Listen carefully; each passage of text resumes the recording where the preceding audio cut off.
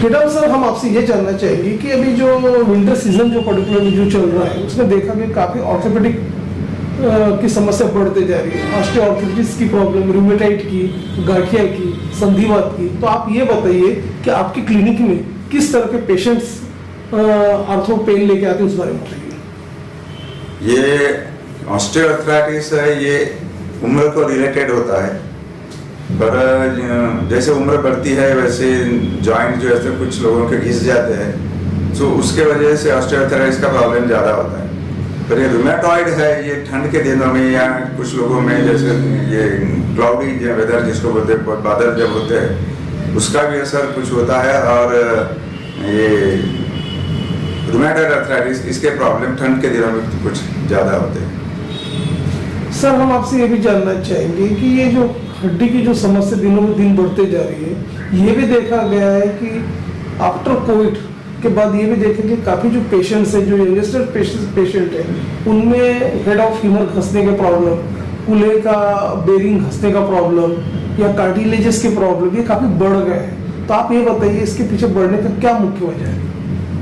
बहुत सारे ये पाया गया है कि कोविड के समय में बॉडी के अलग अलग पार्ट से उसका सर्कुलेशन कुछ कम होता है।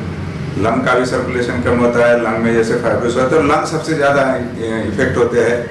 पर उसका असर जॉइंट पर भी हुआ है। तो जॉइंट में जब सर्कुलेशन कम होता है तो उस समय उसका जब ब्लड सप्लाई जब कम होता है तो उसमें जो चेंजेस आते हैं, ये चेंजेस ज़्यादा तो कुछ लोगों को बीमारी होती है, जैसे सिकल सेल की बीमारी होती है, कुछ लोगों को बहुत ज़्यादा मेडिसिन लेते हैं, दारू पीने वाले हैं, उनमें ये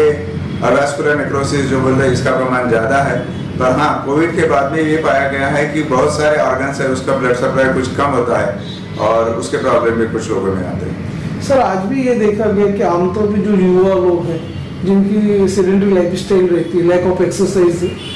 रहता, और सेकंड थिंग उनमें देखा गया कि ये जरा भी पेन होता है हड्डियों का तो ज़्यादा से ज़्यादा पेन किलर लेते हैं, कैल्शियम की डिफिशियंसी होती है, सनराइज एक्सपोजर नहीं मिलता, तो उसका दुष्परिणाम उनके हड्डियों पे किस तरह से था, उस बारे में बताइए। हर दर्द के लिए पेन किलर लेना ठीक नहीं है, और ज़्यादा पेन किलर्स जो लेते हैं उसके दुष्परिणाम तो होते हैं। अक्सर ज़्यादा पेन किलर जो लेते हैं उसका किडनी पे असर होता है। कुछ लोगों की ज़्यादा पेन किलर लेने की वजह से किडनी भी कुछ लोगों की खराब हुई है। कुछ पेन किलर्स सेफ है पर इतने बहुत ज़्यादा इफेक्टिव नहीं है। तो दर्द हुआ तो पेन किलर लो, ये गलत है।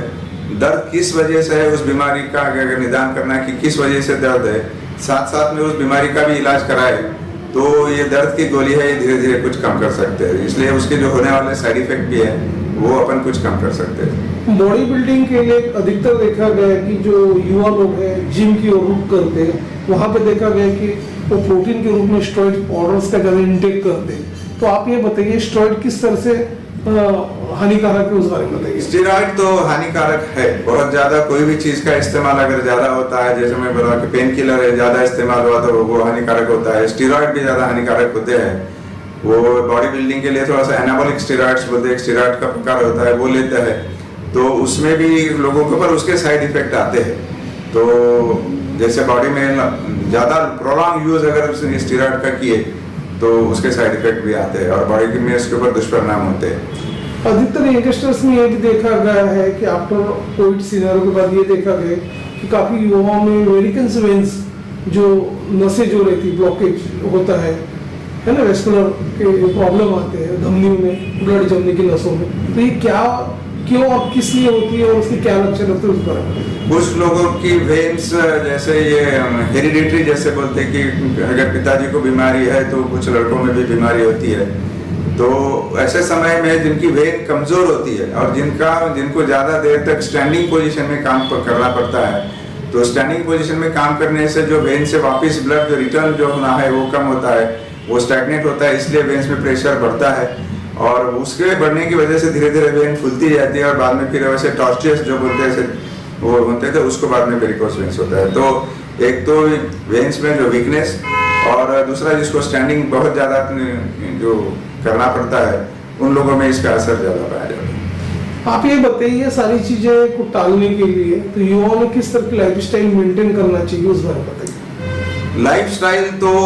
ये रेगुलर एक्सरसाइज जो है वो बहुत ज़रूरी है। कुछ लोगों को जैसे प्रोफेशनल कुछ हिसाब से जो कुछ लोग जैसे कंप्यूटर में बैठते हैं तो उनको गर्दन का प्रॉब्लम होता है, कुछ लोगों का सिटिंग जॉब है उनको कमर के प्रॉब्लम होते हैं, उसको पोस्चरल बैकएक बोलते हैं। तो ठीक है, उनको जॉब तो करना है, उनको ये तो नहीं कहा जा सकता आप जॉब छोड़ दो, पर बाकी समय जब मिलता है तो कुछ थोड़ा सा समय एक्सरसाइज के लिए दे, भले ही वो योगा हो या कुछ अलग अलग पार्ट्स के एक्सरसाइज अगर किए तो ये समस्या काफी हद तक कंट्रोल में रह सकती है। सर महिलाओं में भी देखा कि आफ्टर 40 इयर्स के बाद ऑस्टियोपोरोसिस के प्रॉब्लम काफी बड़े हैं, तो आप ये बताइए किस तरह से बढ़ते हैं और उसके क्या लक्षण होते हैं? महिलाओं में एक विशेषता होती है कि 45 के करीब उनको महावारी धीरे धीरे रुकती है, तो उनमें हार्मोनल चेंजेस होते हैं, कुछ हार्मोन बॉडी में कम होते हैं और वो हार्मोन कम होने की वजह से हड्डियों में जैसे ऑस्टियोपोरोसिस का प्रमाण ये ज्यादा होता है। तो उनके लिए भी रेगुलरली अगर एक्सरसाइज किए, हार्मोनल चेंजेस है तो कुछ लोग हार्मोन रिप्लेसमेंट थेरेपी बोलते हैं, पर उसके साइड इफेक्ट्स ज्यादा है। उससे अच्छा अगर वो रेगुलरली अगर एक्सरसाइज करे, रेगुलरली घूमना हो, रेगुलरली एक्सरसाइज हो, योगा हो, अगर ये कुछ करे तो उनके प्रॉब्लम भी ऐसा पूरा 100% तो जाएंगे ऐसा नहीं, पर बहुत हद तक उनको कम कर सकते हैं। हड्डियों की जो बीमारी है खासतौर पे जो मैंने आपको बताया उसको नेक्रोसिस जो बोलते हैं, हेड ऑफ फीवर घसने की वजह से, आप ये बताइए जब वो ये एडवांस स्टेज में आता है तो उसको ये करना पड़ता है, जॉइंट रिप्लेसमेंट करना पड़ता है, तो उसके टालने के लिए कुछ प्रिजर्वेशन सर्जरी भी होती है कि हिप हॉप सर्जरी? डालने के लिए सर्जरी कुछ लोग करते हैं, जिसमें कुछ सर्जरी से उसका ब्लड सप्लाई जो है थोड़ा सा इम्प्रूव हो सकता है, जैसे फीमर जो अवेस्कुलर नेक्रोसिस जो बोलते हैं जिसमें ब्लड सप्लाई कम होने से, तो कुछ लोग ऑपरेशन उसका सर्कुलेशन बढ़ने के लिए कुछ ऑपरेशन करते हैं। उतना रिजल्ट आप बोल सकते 50-50%, कुछ लोगों में इम्प्रूवमेंट होता है, कुछ लोगों में उससे भी इम्प्रूवमेंट नहीं होता,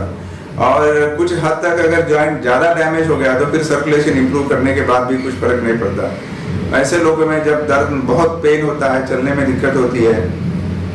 ऐसे लोगों में ऑपरेशन के सिवा फिर दूसरा कोई इलाज नहीं होता, फिर वो जॉइंट रिप्लेसमेंट करना पड़ता है। जिन लोगों का जॉइंट रिप्लेसमेंट हो चुका हुआ है उन लोगों ने अपनी जो लाइफस्टाइल जिसको बोलते हैं या पोस्ट ऑपरेटिव मैनेजमेंट जिसे कहते हैं वो किस तरह से मेंटेन करना चाहिए? ऑपरेशन के बाद भी रेगुलर फिजियोथेरेपी करना, वो जैसे योगा का पोर्शन बोलो, योगा का पार्ट बोलो, या तो फिर रेगुलर कुछ एक्सरसाइज होते हैं जैसे पाँव में ताकत रहना, घुटनों में ताकत रहना, पैरों में ताकत रहना। सिर्फ ऑपरेशन करने से पैरों में ताकत नहीं आती, तो उसके लिए रेगुलर फिजियोथेरेपी और पैरों के एक्सरसाइज है वो करना।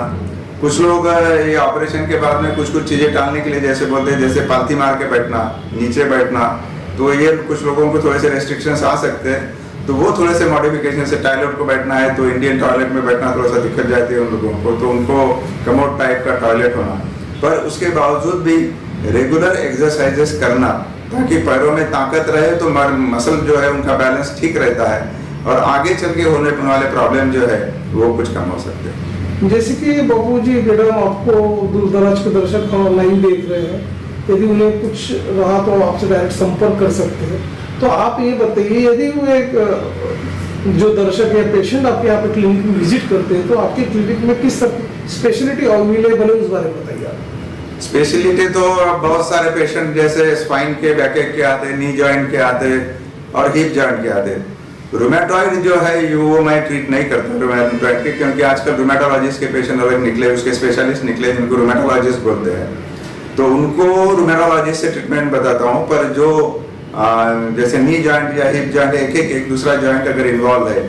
ऐसे पेशेंट में मैं ट्रीटमेंट बताता हूँ। और जहाँ तक मेडिसिन से होता है तो मैं मेडिसिन से जितना रिलीफ मिलता है उतना ठीक है, पर बहुत ज़्यादा होता है तो उस समय फिर तो ऑपरेशन की जरूरत पड़ती है।